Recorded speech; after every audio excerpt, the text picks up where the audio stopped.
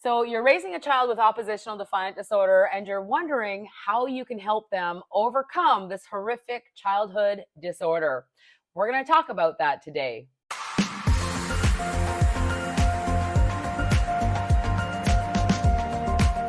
We're talking about how to help your child overcome oppositional defiant disorder, and we're going to give you 4 steps to begin the process. Now, we're Bonnie and Thomas Yoda. Yes, and we help parents just like you who are raising the most disruptive and defiant children raise the most healthy, happy, and cooperative kids around. So make sure if you get something out of this video to click like and subscribe to our channel. I'm a mom of a child who was diagnosed with the worst case of oppositional defiant disorder when he was 6.5 years old. And I was following everything that the psychologists were telling me to do. I was reading all the parenting books, watching Super Nanny, and it seemed like the more I tried, the worse things got. The more I went out of my way to make my kids happy, the more they seemed unhappy. So I'm with you on this and I can empathize what you're going through. So allow us to bring you a brand new perspective on parenting. So step number 1 is when you engage, you're going to see something negative. Let's look at it from this perspective, right? And through this little box. I see something I don't like.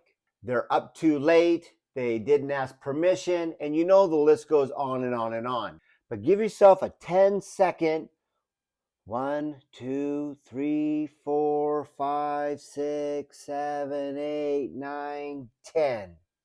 Give yourself that little window to do what we call as a reframe from something you don't like, and now go, what if I just see a little genius who's embracing his own uniqueness? Frown, smile. Changing our physiology to approach negative, then to the positive, will be the difference between hitting and hugs. Okay, so let's give an example of that. I am a toddler and I just took a black marker to your beautiful white couch. Do you think there's going to be anybody that would see something they don't like? Yes. 1, right? Start counting, right? As you're going through. Well, maybe I never really took the time to show them where to do the marking. Maybe I should just take a moment and go, wow, you are showing me how you use the black marker for the first time.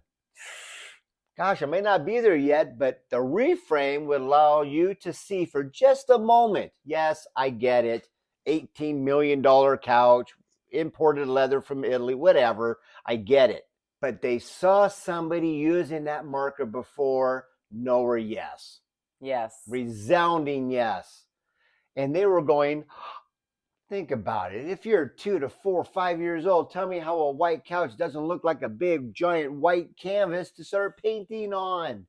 Yeah. And they just mimicked, and they're going, well, this is them thinking, oh my gosh, my big kid, trusted advisor, 2-legger mom is going to be so proud of me that I can now do what she does. And she's just going to come give me a big hug and say, wow, I can see how you're doing it for the first time. Yeah, we're kind of reframing from believing or thinking that our children are up to no good, being defiant, back talking, like, doing something wrong, to seeing them as just this little human being with 0 life skills. They can't see the world the same way that you can because they haven't had 25, 30, 40, 50 years of life experience. Can you see that to be true?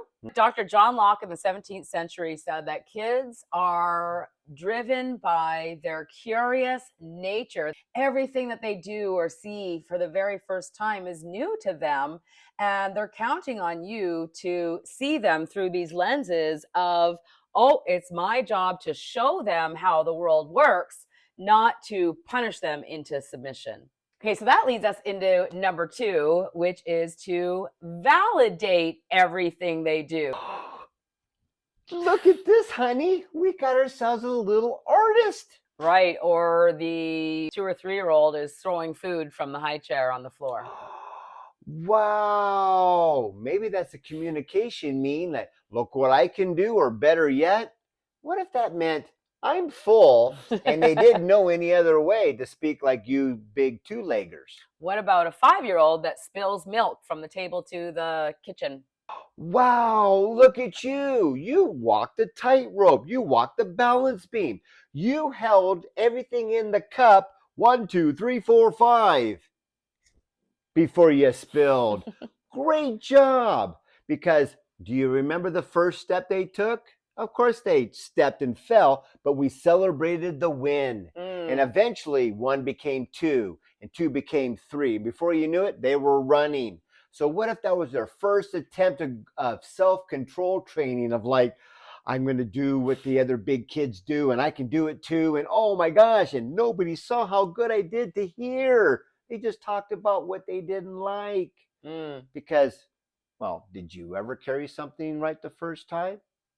And the Right. answer is a resounding no. So no matter what they do, you're seeing them as, oh my gosh, it's my job to show them how the world works. And number 2, you're going to validate no matter what it is they do without judgment because they're counting on you. Number 3, now this is kind of counterintuitive to some of the videos I've watched on Instagram because we've been told a lot of times that our children just aren't quite physically capable of doing certain things, or they're not emotionally capable of self-regulating and things like this. So number 3 is believe they can learn. Oh my gosh, honey, he's not doing as well as the other kids. 1, 2, 3, 4, 5, 6, 7, 8, 9, 10. I see a little genius who's just embracing their own uniqueness. And he just walked up to me and they had these just Puss in Boots kitty cat eyes that were just asking this amazing question. Mom, do you believe I can learn? What would you answer? Yes. Everybody does things in their own unique way. Just like if you went to the garden and you planted those different seeds, each one of them is going to pop up out of the ground at a different point in time. But it's that belief that they can learn. So when they do something you don't like, what if they were just asking you, do you believe I can learn and do it one day just like you? And if it's a resounding yes, and you can hold that vortex of believing they can learn, well, what if it was that belief that got them to go from 0 to hero? So we've been taught that to be a good parent means we must do everything for our kids. And sometimes it's just easier to do things all on our own because they can't do it as well as you can yet.